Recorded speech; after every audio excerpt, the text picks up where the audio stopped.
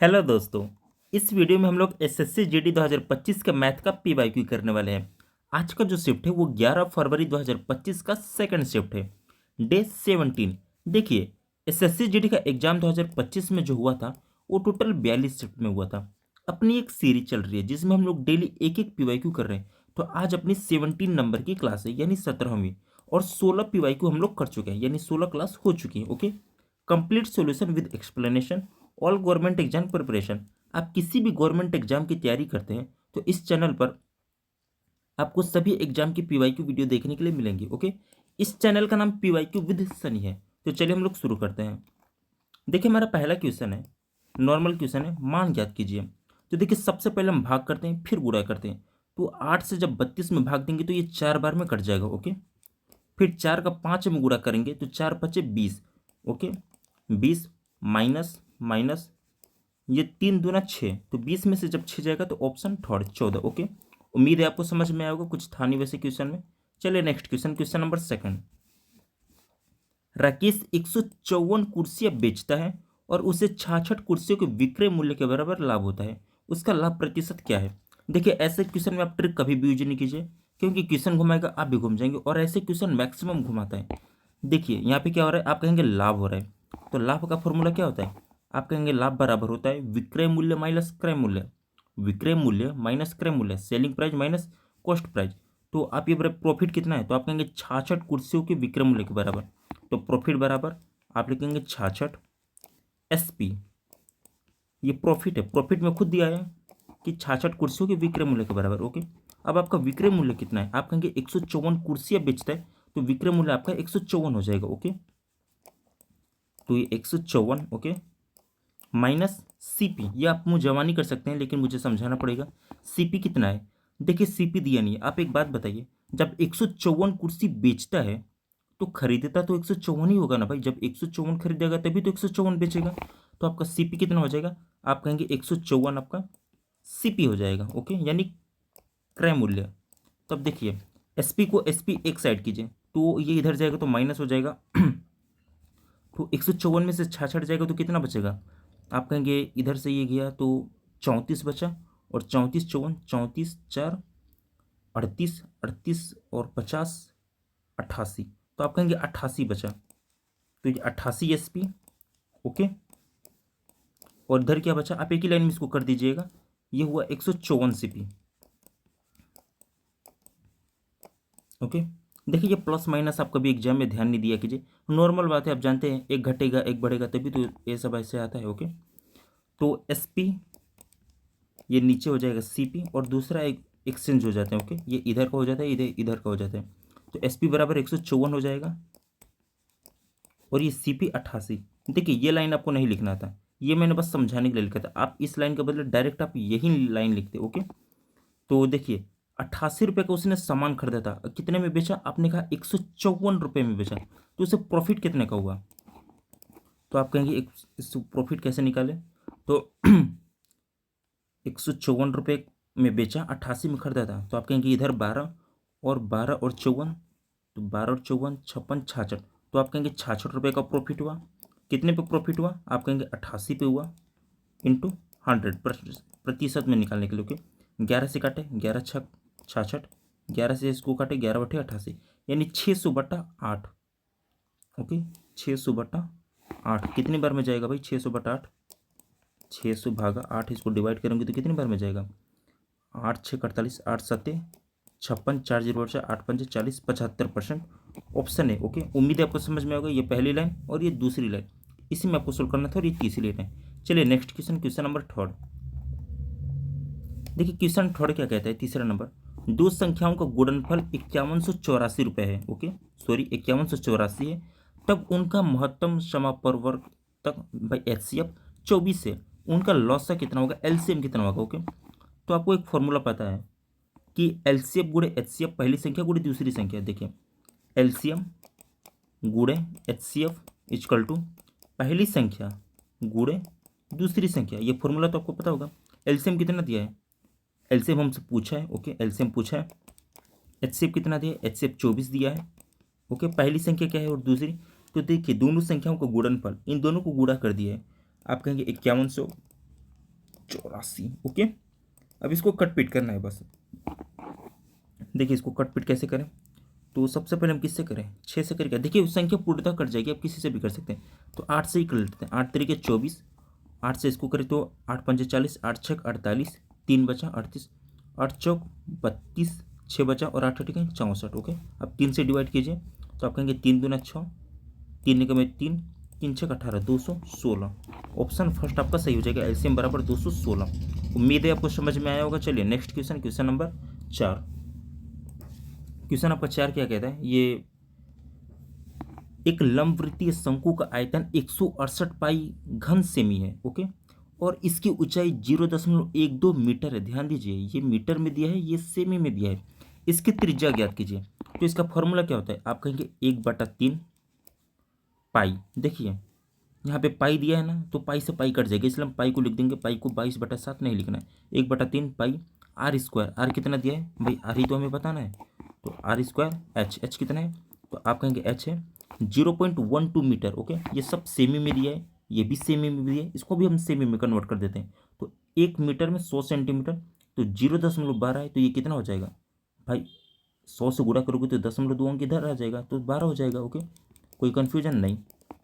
बराबर कितना, ये फॉर्मूला हो गया 1/3 पाई आर स्क्वायर एच बराबर 168 पाई है, 168 पाई। ओके, यहाँ तक तो ठीक है। आगे देखिए, देखिए अब काट पीट करना पड़ेगा। पहले तो पाई से आपका पाई ये खत्म हो जाएगा, 12 से ये कट जाएगा, तो 12 से आप काटे तो 12 एकम में 12, 4 बचा 48, 12 चौक 48। ओके, अब ये 3 इधर आके मल्टीपल में हो जाएगा, नीचे भाग में है ना, तो आके इधर मल्टीपल, तो 14×3 42 हो जाएगा। अब देखिए इधर आर स्क्वायर बचा, तो स्क्वायर इधर जब जाता है तो ये रूट बन जाता है, तो आर बराबर हो गया आपका √42। Option second. ओके, उम्मीद है आपको समझ में आएगा, वैसे कुछ था नहीं क्वेश्चन में। चलिए next question, question number 5। Zakir शहर ए से शहर बी की यात्रा करता है। यदि जाकिर अपने कार्य को सामान्य गति की 1/4 गति से चलाता है तो वह शहर बी 45 मिनट देर से पहुंचता है। ज्ञात कीजिए कि यदि वह अपनी सामान्य गति से चलता है तो जाकिर को शहर ए से शहर बी की यात्रा करने में कितना समय लगता है, मिनट में बताएं। देखिए कहने का ये मतलब है कि आप एक स्थान से दूसरे स्थान तक जा रहे हैं, आप पहले 4 की स्पीड से जाते थे। देखिए यहाँ पे क्या दिया, 1 सेकंड भाई, सॉरी ये पता नहीं कहाँ से आ जाता है। हाँ देखिए 1 सेकंड, हाँ देखिए 1/4 गति से चलाता है।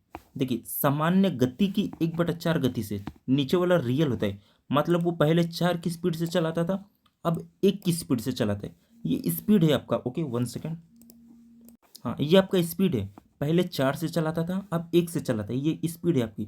तो इसका उल्टा टाइम होता है, मतलब पहले 1 टाइम लगता था अब 4 लगता है। देखिए आपको कन्फ्यूजन होगा तो पहले बता देता हूँ। मान लीजिए आप 5 की स्पीड से जा रहे हैं, आपका दोस्त 4 की स्पीड से जा रहे हैं, 20 किलोमीटर जाना है, तो आप क्या लगेगा, आप 5 की स्पीड से जाते थे तो 4 घंटा, और आपका दोस्त 4 की स्पीड से जाता था तो 5 घंटा। देखिए उलट हो गया ना, सेम वैसा ये भी होता है। उम्मीद है आपको समझ में आ गया होगा। तो पहले एक समय लगता था, 1 यूनिट लगता था, अब 4 यूनिट। कितना यूनिट ज़्यादा लग रहा, आप कहेंगे 3 यूनिट। ओके, लेकिन क्वेश्चन कह रहे हैं कि नहीं भाई 3 यूनिट नहीं, 45 मिनट देर लगता था। तो 3 यूनिट की यूनिट, सॉरी 3 यूनिट की वैल्यू कितनी है 45, तो 1 यूनिट की वैल्यू कितनी है, आप कहेंगे 15 हो गई। ओके, क्वेश्चन में क्या पूछ रहे हैं, तो जाकिर को शहर ए से शहर बी की यात्रा करने में कितना समय मिनटों में लगता था। ओके, सामान्य गति से चलाता। ओके, तो देखिए सामान्य गति से पहले वो 4 से चलाता था। ओके, तो जब 4 से चलाता था तो 1 यूनिट टाइम लगता था, और 1 यूनिट की वैल्यू कितनी आई है 15। तो आप कह सकते हैं कि ऑप्शन फोर्थ आपका सही हो जाएगा। ओके, चलिए नेक्स्ट क्वेश्चन, क्वेश्चन नंबर 6। एक कक्षा की 50 एक कक्षा की 50 अंकों की अंग्रेजी परीक्षा में 20 छात्रों का औसत स्कोर 40 अंक था, 25 छात्रों का औसत स्कोर 34 अंक था, और 15 छात्रों का औसत स्कोर 26 अंक था। पूरी कक्षा का भारित औसत स्कोर क्या है। तो देखिए एक 50 अंकों की अंग्रेजी परीक्षा में, 1 सेकंड, एक कक्षा की 50 अंकों की अंग्रेजी परीक्षा में 20 छात्रों का औसत स्कोर 40। ओके, तो देखिए कहने का मतलब ये है कि 20 छात्रों का औसत इतना है, 25 का इतना है, 15 का इतना है, हमें सबका बताना है। आप एक काम कीजिए, ऑप्शन की तरफ चलिए। सबसे छोटा ऑप्शन कौन सा है, आपने कहा 33, हम औसत को 33 मान लेते। ओके, आपने औसत को 33 मान लिया, यहाँ पे कितना औसत स्कोर है 40, आपने कहा कि भाई मैंने तो 33 माना था, यहाँ पे तो 40 है, मतलब कितना ज़्यादा है? आपने कहा 7 ज़्यादा है। कितने छात्रों पे? आपने कहा 20 छात्र पे, मतलब 20 छात्रों ने मिलकर 7 था, तो 20 सत्ते 140। ओके, यानी 140 नंबर ज़्यादा लाया है। ओके, आगे चलिए। 25 छात्रों का औसत स्कोर 34 अंक है। आपने कहा भाई मैंने 33 माना था, यहाँ पे तो औसत अंक 34 है, मतलब एक ज़्यादा है। कितने छात्रों पे है? आपने कहा 25 छात्रों पे एक एक ज़्यादा है, तो आप यहाँ पे 25 लिख दिए। ओके भाई, अगर पूरा आप ऐसे कैलकुलेट करें ना, 20 × 40, फिर 25 × 34, फिर 15 × 26, फिर तीनों को ऐड करेंगे, फिर छात्रों की संख्या से भाग देंगे, बहुत लंबा मेथड हो जाएगा। उतना कैलकुलेशन करेंगे, टाइम लॉस होगा। ओके, आगे क्या है? औसत स्कोर 26 है। आपने कितना माना था? 33 माना था। ओके, आपने 33 माना था, आप 26 भी मान सकते थे, छोटा यही था। चलिए कोई बात नहीं, अब हम लोग मान लिए। तो 33 माना था आपने, ये कितना कम है? आपने कहा कि भाई ये 4 3 7, आपने कहा ये 7 कम है। और कितने छात्र पे? आपने कहा 15 छात्र पे। तो 15 से कितना होता है? आप कहेंगे 105 माइनस में चला गया। ओके, तो इसको आपने ऐड किया तो कितना हो गया? 165। इधर एक्स्ट्रा है और इधर माइनस में 105 है। ऑल ओवर देखा जाए तो 60 अंक ज़्यादा है। हमें इसमें सबको डिवाइड कर देना है।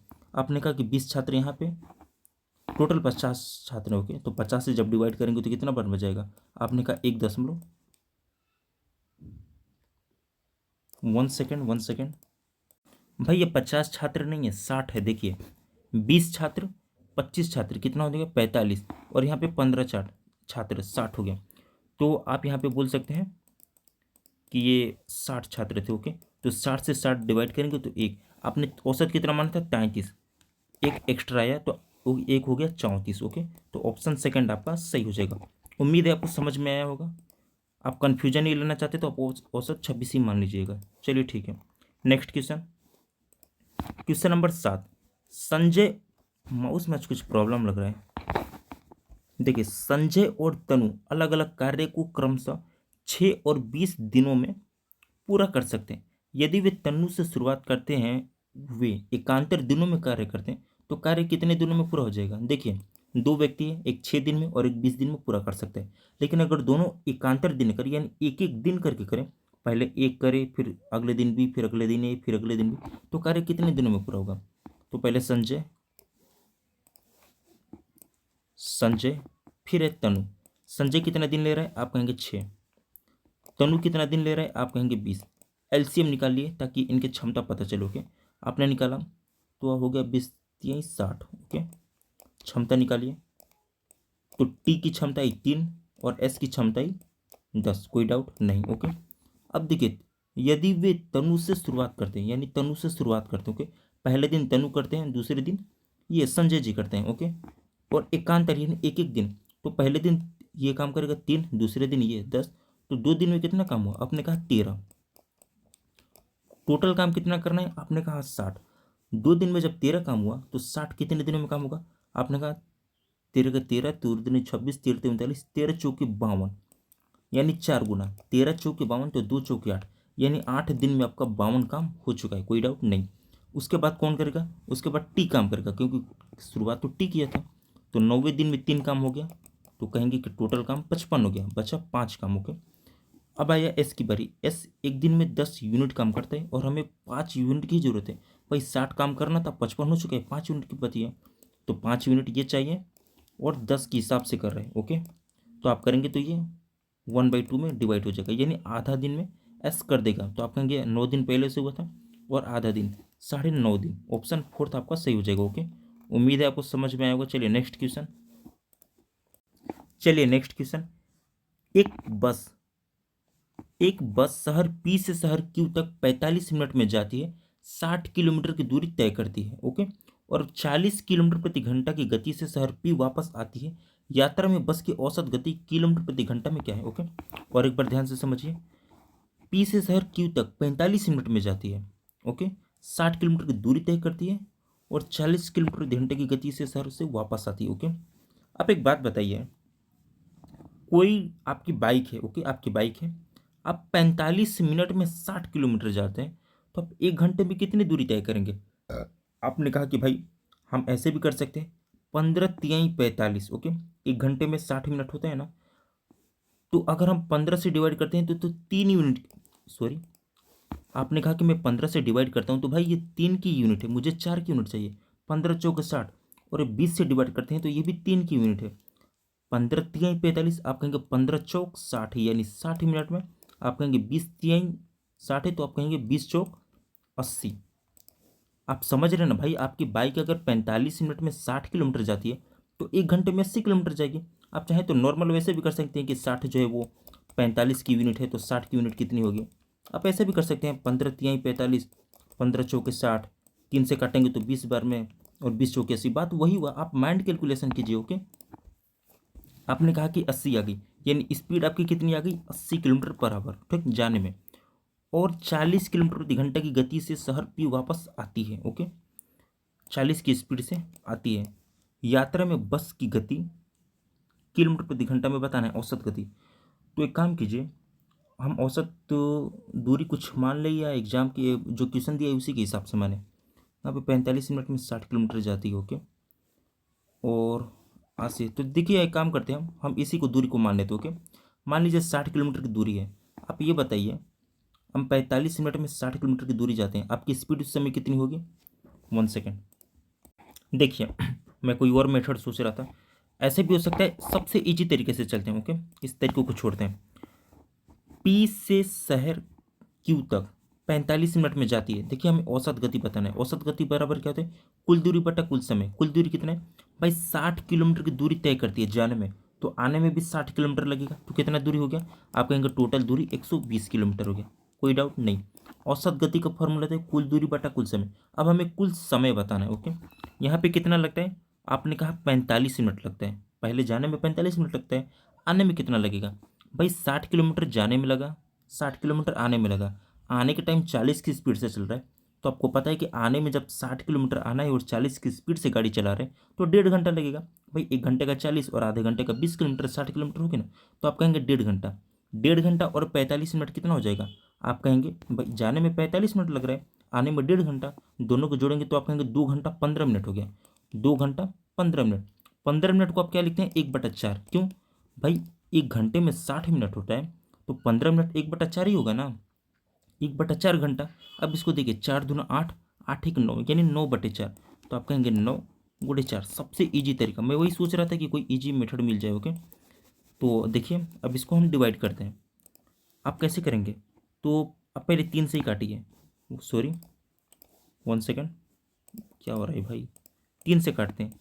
3 × 3 = 9, इसको 3 से काटेंगे तो 3 चौक 12, 40। ओके, तो 40 चौके 160। अब 160 को जब 3 से आप डिवाइड करेंगे तो कितनी बार में जाएगा, 3 बचे 15, 1 बचा 1 0 10, 3 तिहाई 9, 1 बचा 1 0 10, 3 तिहाई 9, 53.33 जाएगा। 53 ऑप्शन सेकंड। ओके, उम्मीद है आपको समझ में आया होगा, कुछ था नहीं। Next question, question number 9। Rupali ने गणित में विज्ञान की तुलना में दोगुने अंक प्राप्त किए। गणित विज्ञान और कंप्यूटर में उसके कुल अंक 234 है। यदि गणित और कंप्यूटर में उसके अंकों का अनुपात 4:3 है, तो रूपाली के गणित में प्राप्त अंक ज्ञात कीजिए। ओके, ये भी नॉर्मल है। देखिए रूपाली ने गणित, पहले तो मैथ है, फिर विज्ञान। विज्ञान को क्या बोलते हैं भाई, विज्ञान को साइंस या चले भी। ओके, और कोई सब्जेक्ट था, आप कहेंगे गणित हो गया, विज्ञान हो गया, कंप्यूटर सी हो गया। ओके, उनके अंकों का अनुपात 4:3 है। गणित और कंप्यूटर में, मैथ और कंप्यूटर में 4:3 है। गणित विज्ञान और कंप्यूटर में उसके कुल अंक भाई 234 अंक है टोटल। ओके, 2 3 4 है। ओके, रूपाली ने गणित में विज्ञान की तुलना में दोगुने अंक प्राप्त किए। ये मैथ है, गणित में विज्ञान की तुलना में दोगुने, यानी विज्ञान में अगर 1 नंबर, विज्ञान में 1 नंबर, तो मैथ में 2 नंबर। ओके, दोगुने यहाँ पे बोला है ना। गणित विज्ञान और कंप्यूटर में उसके कुल अंक 234 है। यदि गणित और कंप्यूटर में उसके अंकों का अनुपात, यानी गणित यानी मैथ और कंप्यूटर में इसका अनुपात कितना है, 4:3। मतलब इसको अगर 4 नंबर मिले हैं तो यहाँ पे 3 नंबर मिले, तो भाई रेशियो तो नॉर्मल बैठ गया ना। अरे रेशियो नहीं बैठ गया, वो जो उसको अनुपात समानुपात कहते हैं। अब इसको देखिए, कैलकुलेट कीजिए क्या होगा। यहाँ पे एक आप लिख सकते हैं, इसको अच्छे से अगर सजाया जाए तो कैसे सजाया जाए, आप ऐसे भी लिख सकते हैं ना, भी एम सी, भी की वैल्यू कितनी थी आप कहेंगे 1, एम की वैल्यू कितनी थी आप कहेंगे 2 और 4, और सी की वैल्यू कितनी थी आप कहेंगे 3। इसको अनुपात में अगर किया जाए तो यहाँ पे आप 2 लिख सकते हैं, यहाँ पे इसको 4 लिख सकते हैं। ओके, बस मैंने आगे पीछे कर दिया। आप कहेंगे इसको करेंगे तो 4 एकम 4, 4 दूनी 8 और 3 दूनी 6, 2 से तो कट रहा है तो 2 से काटेंगे तो कितना हो जाएगा, 2 दूनी 4, 2 चौक 8, 2 3 6, नॉर्मल हो गया। ओके, ये इस अनुपात में, इसको आप भूल जाइए। अब क्या कह रहे हैं, रूपाली के गणित में प्राप्त अंक कितने हैं। आपने देखा कि 4 2 6, 6 3 9, 9 की वैल्यू है तो 9 दूनी 18, 5 9 6 के 54, 26 बार में कट गया। गणित में कितने थे, गणित कौन सा है, मैथ, मैथ वाला सेंटर वाला है, सेंटर वाला 4, तो 26 चौके कितना होता है, 26 चौके 4 6 के 24 के 4 हासिल 2, 4 दूनी 8 2 10, 104 ऑप्शन सेकंड। देखिए मैंने डाटा ये ऐसे ले लिया, पहले आपको ऐसे लेना था VMC, लेकिन ये बनाने के बाद ही पता चला कि किधर का कौन सा मैच हो रहा है। उम्मीद है आपको समझ में आया होगा। एक बार और देख लीजिए नॉर्मल। ओके, रूपाली ने गणित में विज्ञान की तुलना में दोगुना अंक प्राप्त किया। विज्ञान में 1 नंबर तो मैथ में 2 नंबर, बोला है ना, दोगुना अंक प्राप्त किया, यहाँ तक तो सही है। आगे क्या बोला है, यदि गणित और कंप्यूटर में उसके अंकों का अनुपात 4:3 है।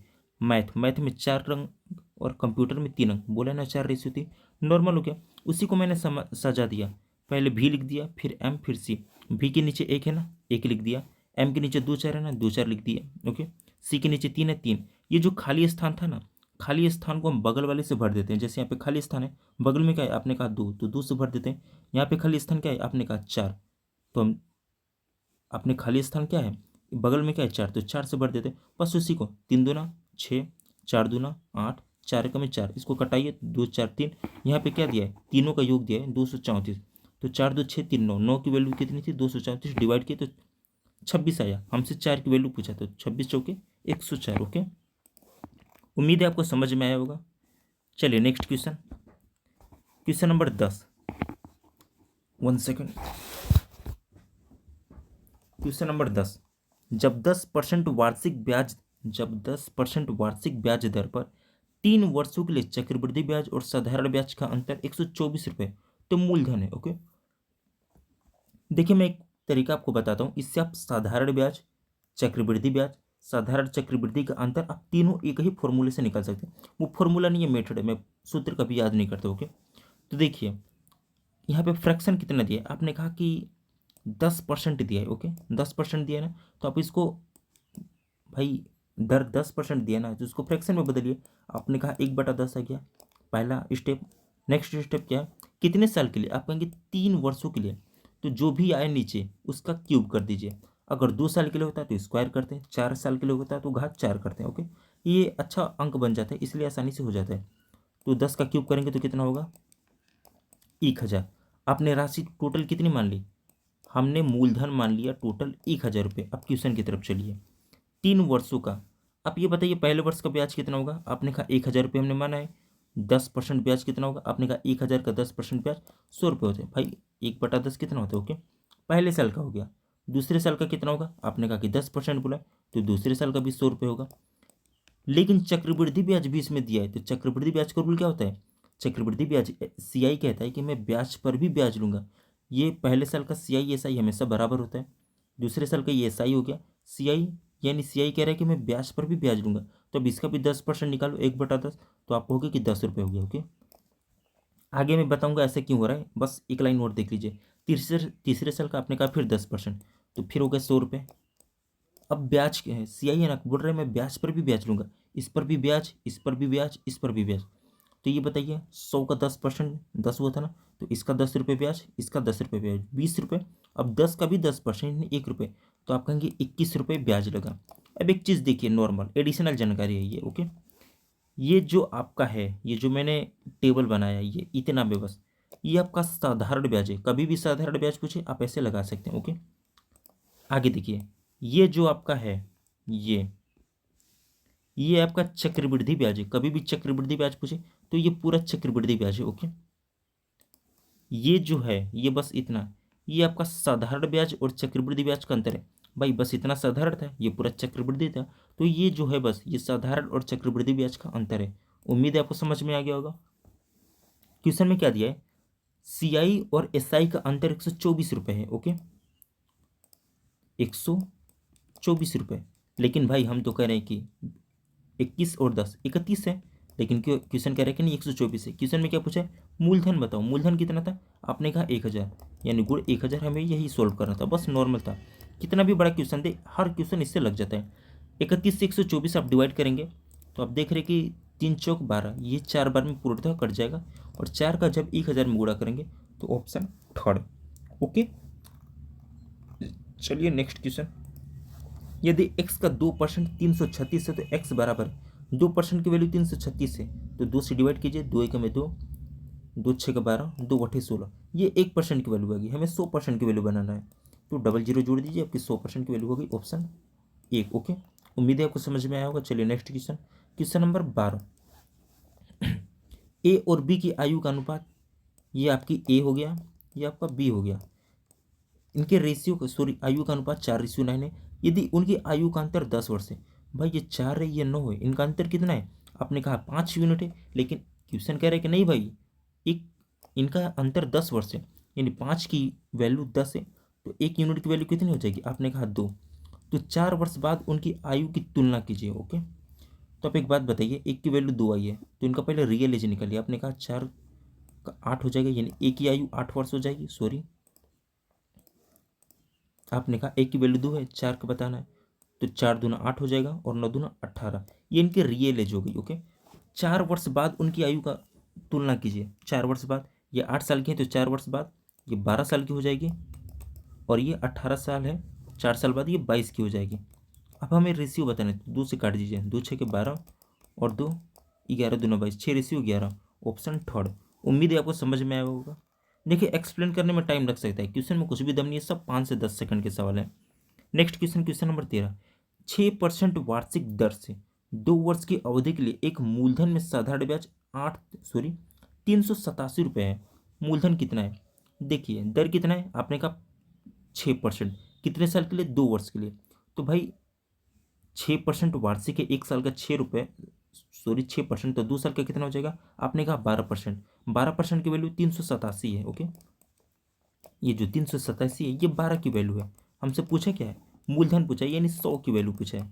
ओके, तो 12 से डिवाइड कीजिए, देखिए कहीं भी पॉइंट में तो हो जाएगा, देखिए ये लास्ट में जीरो है ना, गुणा होता तो जीरो आता, लेकिन कहीं पे जीरो नहीं है, मतलब ये जीरो आपके दशमलव को पूरा करेगा, मतलब ये संख्या डिवाइड करने पर दशमलव में जाएगी। ओके, 12 से डिवाइड कीजिए, आपने कहा 12 तिहाई 36, 2 बचा, 2 7 27, 12 दूना 24, दशमलव 3 बचा, 3 जीरो 30, फिर 12 दूना 24, 6 बचा, 6 जीरो 60, तो 12 पचे 60, 32.25, ये डबल जीरो दशमलव को हटा देंगे, तो 3225, ऑप्शन फर्स्ट आपका सही हो जाएगा। उम्मीद है आपको समझ में आएगा। तो चलिए नेक्स्ट क्वेश्चन, ये बहुत मज़ेदार क्वेश्चन, एक बार इसको स्टॉप करके लगाने की कोशिश कीजिए, बहुत मज़ेदार क्वेश्चन है। अब देखिए, एक यात्रा का 3/5वां भाग, यानी 3/5 भाग 84 किलोमीटर प्रति घंटा की गति से तय किया जाता है, और शेष दूरी 56 किलोमीटर प्रति घंटा की गति से तय की जाती है। पूरी यात्रा के लिए औसत गति क्या है, बहुत घुमावदार सवाल है, लेकिन इसको देखिए हम इजी तरीके से कैसे कर सकते हैं। ओके, अच्छा आप एक बात बताइए, 3/5 भाग 84 की स्पीड से, तो कितना बचा, 2 भाग बचा, शेष दूरी 56 की स्पीड से, यानी 2 भाग हम 56 की स्पीड से तय करते हैं। अगर ऐसा क्या हम संख्या माने कि उसका 3/5 भाग, मतलब मान लीजिए कितना भी किलोमीटर बने, तो उसका जो 3 भाग है वो 84 से डिवाइड हो जाए, और जो शेष मतलब जो 2 यूनिट है वो 56 से डिवाइड हो जाए। अगर हम एलसीएम ऐसा क्या माने, तो आपने कहा कि 84 और 56 का पहले एलसीएम मानिए, और वो 1 यूनिट की वैल्यू रहे, क्या कि देखिए 3 यूनिट हमें 84 से भी कटाना है, और 2 यूनिट हमें 56 से भी कटाना है, तो वो जो एलसीएम आएगा उसे हम 1 यूनिट की वैल्यू मानूंगी। पहले इनका एलसीएम निकालिए, आपने कहा एलसीएम निकालें, तो आपने कहा सॉरी भाई ये कहाँ से आ गया यार, 1 सेकेंड, हाँ देखिए एलसीएम हम कितना माने, आपने कहा 84, 12 गुड़े 7, 12 7 84, अब क्या है 56, 56 का कितना होता है, 1 सेकेंड, ऐसे आप कंफ्यूज हो जाएंगे, ऐसे देखिए 2 दूनी 4, दूनी 8, भाई क्या कर रहा हूँ मैं, 2 दूनी 4, 3 12, 7 84, आप कहोगे ना 84 का, 2 दूनी 4, 4 3 12, 12 7 84, अब 56 का क्या होगा, 56 के कहते हैं 8 7 56, 7 तो पहले से, तो 2 दूनी 4 और बस गुणे 2 कर देंगे। तो देखिए 2 दूनी 4 दूनी 8, 8 7 56, इसका भी हो गया ना। तो एलसीएम कितना आ गया आपका? आप कहेंगे 2 दूनी 4, 4 तिहाई 12, 12 क्या कर रहा हूँ भाई, 7 तरीके 21, 21 दूना 42, 42 दूना 84 और 84 दूना, सही तो है ना? 1 सेकेंड। हाँ सब ठीक है। तो आप देखेंगे तो इसको कैलकुलेशन करने पर कितना आ रहा है? आप कहेंगे 168 आ रहा है। ओके, 168 को हम एक यूनिट की वैल्यू मानेंगे। टोटल कितना है? 3/5 भाग, यानी मुख्य 5 है, यानी 5 यूनिट की वैल्यू हमें निकालनी है।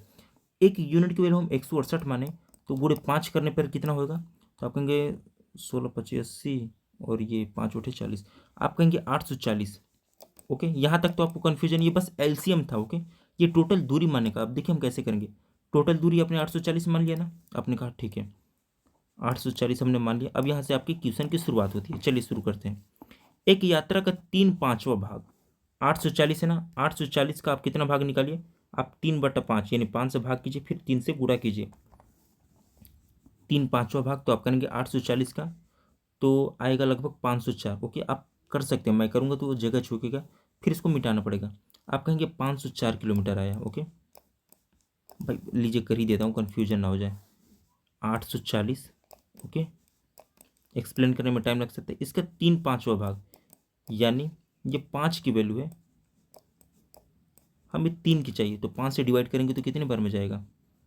आप कहेंगे 5 से करें, तो 5 छः में 5, 3 4 34, 5 छः 30, 4 0 5 वटे 40, 168 गुणे 3 कीजिए, तो आप कहेंगे 3 वटे 24 को 4 हासिल 2, 3 छः 18, 18 2 20 के 0 हासिल 2, 3 को में 3, 3 2 5 आ गया ना 504। तो 3/5 हिस्सा कितना हुआ? आपने कहा 504। 504 को 84 की स्पीड से तय करता है, यानी गति से। अब इसको आप 84 से डिवाइड कीजिए। ओके, इसको जब हम 84 से डिवाइड करेंगे तो कितनी बढ़ जाएगा? 8 पंजे 40, 8 छक 48, 8 सत्ते 56, 8 पंजे 40, 8 छक 48, 4 छक 24, ये 6 बार में पूरी तरह डिवाइड हो जाएगी। तो 6 घंटे लगे। उम्मीद है आपको समझ में आया होगा। 6 घंटे लगे इसको 84 की स्पीड से करने में, 6 घंटे लगे। ओके, तो आप ये लिख सकते हैं, इसको 6 घंटे लगे। आगे वाले का देखिए, शेष दूरी भाई 3 यूनिट तो हो गया, तो बचा 2 यूनिट, तो 2 यूनिट की वैल्यू कितनी होगी? आप कहेंगे 840। अब इसका फिर 2 यूनिट निकालिए। ओके, तो 5 से डिवाइड करेंगे तो 168, ये 168 हुआ ना, 168, 168 गुणे 2 कितना होता है? तो आप कहेंगे 8 दूना 16, 6 दूना 12, 1 13, 1 1 2 और 1 हासिल 3, 336 होगा। 336 को 56 की दूरी, 356 ही होगा ना? हाँ 356 होगा। इसको 56 किलोमीटर प्रति घंटा की गति से तय करता है, तो इसको 56 से डिवाइड कीजिए। अब देखिए कितनी बार में जाएगा। तो आप कहेंगे 5 6 30, तो ये देखेंगे कि 6 बार में पूर्णतः डिवाइड हो जाएगा। ओके, अब देखिए क्वेश्चन में क्या पूछा है, पूरी यात्रा के लिए औसत गति क्या है? ओके, टोटल यात्रा कितनी थी? आपने कहा 840 था। Okay, 1 second. हाँ, टोटल दूरी कितनी थी? आपने कहा 840 मैंने माना था, तो 840 नो डाउट। औसत गति, गति बराबर क्या होता है? कुल दूरी बटा कुल समय। कुल दूरी तो हो गया, कुल समय कितना लगा? आपने कहा 6 घंटा, और 6 घंटा 12 घंटा। 840 में 12 से डिवाइड कीजिए, आप कहेंगे 12 सत्ती 84, और ये 0 70, ऑप्शन थर्ड। उम्मीद है आपको समझ में होगा, क्वेश्चन लॉन्ग नहीं था, एक्सप्लेन करने में टाइम लग गया। एलसीएम आपको इतना मानना है, 3/5वां भाग निकाल के 84 से डिवाइड करना है, फिर 2/5 भाग निकाल के 56 से डिवाइड करना था, जो आ गया बस वही था। कुछ था क्वेश्चन में? कुछ नहीं था। ओके, लेकिन एक्सप्लेन करने में टाइम लग गया। चलिए नेक्स्ट क्वेश्चन, क्वेश्चन नंबर 15। ईंधन का मूल्य 3 क्रमागत महीनों में 25%, 10% और 30% कम हो जाता है, लेकिन चौथे महीने में 60% बढ़ जाता है। वास्तविक मूल्य की तुलना में चौथे महीने में ईंधन के मूल्य में कितने प्रतिशत की वृद्धि या कमी हुई? ओके, इसको करने से बहुत तरीके, बहुत लोग ऐसे डाटा लिखते हैं, बहुत लोग ऐसे डाटा लिखते हैं, ऐसे, मैं ऐसे लिखता हूँ, बात वही हुआ भाई, ऐसे लिखो चाहे ऐसे लिखो। ओके, तो देखिए ईंधन का मूल्य मान लीजिए आपने 100 रुपये माना था। ओके, कम हो जाता है, यानी 25% पहले महीने में कम होता है। 25% का फ्रैक्शन 1/4 होता है, यानी पहले उसका दाम 4 रुपये था प्राइस, अब 1 रुपये कम होकर 3 रुपये हो गया। ओके, आगे क्या दिया है? 10% कम हो जाता है, यानी 1/10 इसका फ्रैक्शन होता है। यानी पहले इसका प्राइस 10 रुपये था, अब 1 रुपये कम होकर मात्र 9 रुपये बचता है। ओके, आगे क्या है, 30% कम हो जाता है, यानी उसका प्राइस पहले 30% का फ्रैक्शन 3/10 होता है, यानी पहले उसका दाम 10 रुपये था, अब कम होके 7 रुपये बचता है। ओके, आगे चलते हैं। आगे क्या दिया है, सॉरी सॉरी, आगे क्या दिया है, चौथे महीने में 60% बढ़ जाता है। 60% का फ्रैक्शन 3/5 होता है, यानी पहले उसका दाम 5 रुपये था, अब 3 रुपये उस पर बढ़ गया, अब उसका प्राइस हो गया 8 रुपये। अब हमें बताना जो आएगा उसको 100 में से माइनस करेंगे कि भाई प्लस हुआ कि वृद्धि हुआ, इसको अब कैलकुलेट करना है। ओके, कैसे करेंगे भाई, तो 10 × 10 100 होता है, तो 100 से ये 100 कट जाएगा, कोई दिक्कत, कोई दिक्कत नहीं। अब देखिए, अब इसको हमें कैलकुलेट करना है। आप कहेंगे 8×7 = 56 और ये 29×27 गुणा कीजिए, 7×6 = 42 के 2 हासिल 4, 7×5 = 35, 7×6 = 42, 42 के 2 हासिल 4, 7×5 = 35, 35×4 = 39, 2×6 = 12 के 2 हासिल 1, 2×5 = 10, 1 = 11। तो आप कहेंगे 2, 9, 2 11, 3 1 4, 1 5 और ये 1512 गया। 1512 को आप 20 से डिवाइड करेंगे, 5 चौक 20, तो भाई 1 0 से तो पहले ये हो जाएगा, बचा 2, 2 से डिवाइड कीजिए, तो आप कहेंगे 2 7 14, 1 बचा, 1 1 11, 2 5 10, अब 1 बचा, 2 6 12, 75.6। इसको 100 में से माइनस कीजिए, मतलब 100 रुपये आपका पेट्रोल का दाम था, अब कितना हो गया, 75.6 रुपये। तो कितने की कमी हुई, तो आप कहेंगे 24.4। 100 में से माइनस करेंगे तो ऑप्शन सेकंड। ओके, उम्मीद है आपको समझ में आया होगा। भाई एक्सप्लेन करने में टाइम तो लगता है। चलिए नेक्स्ट क्वेश्चन, क्वेश्चन नंबर 18। विजय के पास 1218 रुपये हैं, वह इसे अपने बेटों अजय और प्रकाश में बांट देता है और उनसे 10% की दर से चक्रवृद्धि ब्याज पर वार्षिक रूप से निवेश करने को कहता है। यह देखा गया कि अजय और प्रकाश को क्रमशः 14 और 15 वर्षों के बाद समान राशि मिलती है। विजय ने प्रकाश को कितने रुपए दिए थे। ओके, देखिए कौन कौन है, आपने कहा कि अजय और प्रकाश है, ये अजय जी और ये प्रकाश। अच्छा आप एक बात बताइए, अजय को 14 वर्षों के बाद पैसा मिलता है, कोई डाउट नहीं, और ये कौन है, प्रकाश, प्रकाश को 15 वर्षों के बाद पैसा मिलता है। अच्छा आप एक बात बताइए, अजय को 14 साल के बाद पैसा मिलता है और प्रकाश को 15 साल के बाद पैसा मिलता है, इसको कम टाइम के लिए मिलता है, इसको ज़्यादा टाइम के लिए मिलता है, और क्वेश्चन बोल रहे हैं कि समान राशि मिलती है। क्या ऐसा कभी पॉसिबल हो सकता है कि एक को कम टाइम के लिए मिल रहा है, एक को ज़्यादा टाइम के लिए मिल रहा है और समान राशि मिले। आप कहेंगे पॉसिबल हो ही नहीं सकता, लेकिन क्वेश्चन में बोला है तो पॉसिबल तो करना पड़ेगा। तो अब देखिए 10% का फ्रैक्शन कितना है, आप कहेंगे 1/10, यानी 10 रुपये था, उस पर 1 रुपये का ब्याज मिला, यानी 11 रुपये, यानी 10 रुपये पे ब्याज मिलके हो गया 11 रुपये। तो हम एक काम करते हैं, जिसको कम टाइम के लिए मिल रहा है उसको ज़्यादा पैसे देते हैं और जिसको ज़्यादा टाइम के लिए मिल रहा है उसको कम पैसे देते हैं, मतलब ए को 11 रुपये और पी को 10 रुपये। अब क्या बराबर मिलेगा, आपने कहा बिल्कुल मिलेगा, बस यही था। अब क्वेश्चन पे चलते हैं, विजय के पास कितने हैं, आप कहेंगे 1218 रुपये। ओके, ये किसकी वैल्यू है, तो आप कहेंगे भाई ये इसी की वैल्यू है, 10 और 11 21 की वैल्यू है। हमें किसकी वैल्यू बतानी है, प्रकाश को कितने मिले, प्रकाश को 10 मिले, 10 यूनिट, तो 10। अब कैलकुलेट कीजिए। ओके, तो चलिए 21 से काटे तो कितनी बार में जाएगा, 20 छः के 120, 6 बार नहीं जाएगा, 5 बार जाएगा, 20 बचे, 21 से काटेंगे तो 5 बार में जाएगा, 21 बचे 105, 121 में से 105 माइनस होगा तो 16 बचेगा, 16 8 168, और फिर 21 से 168 में 8 बार जाएगा, तो ये 58 बार में कट गया, 58 × 10 580, ऑप्शन फोर्थ। ओके, उम्मीद है आपको समझ में आएगा, कुछ था नहीं। चलिए नेक्स्ट क्वेश्चन, क्वेश्चन नंबर 19। यदि एक दुकानदार 5 खरीदे और 1 मुफ्त पाई योजना प्रदान करता है तो प्रभावी छूट प्रतिशत 2 दशमलव स्थानों तक पूर्णांकित क्या है। देखिए आप एक मॉल में गए, मॉल में क्या लगा था, 5 खरीदे और 1 मुफ्त पाए। ओके, आपने मॉल में देखा, तो आप क्या करेंगे, आपने 5 खरीदा और आपको 1 मुफ्त मिला, आपके पास टोटल कितने शर्ट हो गए, आपने कहा मेरे पास 6 जैकेट हो गए। ओके भाई, मैंने 5 खरीदा और 1 मुझे मुफ्त मिला, मेरे पास टोटल 6 हो गए, आपने घर पे 6 लाया। आपने पैसे कितने के दिए हैं, आपने कहा भाई मैंने पैसे तो बस 5 के ही दिए थे, 1 तो मुझे मुफ्त मिला है। तो ऐसे निकालते हैं, टोटल जितना आपके पास सामान हो गया उसको नीचे लिखते हैं और ऊपर मुफ्त वाला लिखते हैं, यानी एक 6 पे 1 फ्री, इसको प्रतिशत में बताना है। ओके, तो इसका तो सब जानते हैं 16 से ही, अरे भाई क्या बोलते हैं, 16 से 2/3 यानी 16.67%, ऑप्शन फोर्थ। ओके, डिवाइड करेंगे तो ये हो जाएगा भाई 6 से 100 में 6 से डिवाइड करो ना, 16 6 96। ओके, चलिए नेक्स्ट क्वेश्चन, क्वेश्चन नंबर 20। यदि 30 खिलौने का विक्रय मूल्य 50 खिलौने के क्रय मूल्य के बराबर है तो लाभ प्रतिशत ज्ञात कीजिए।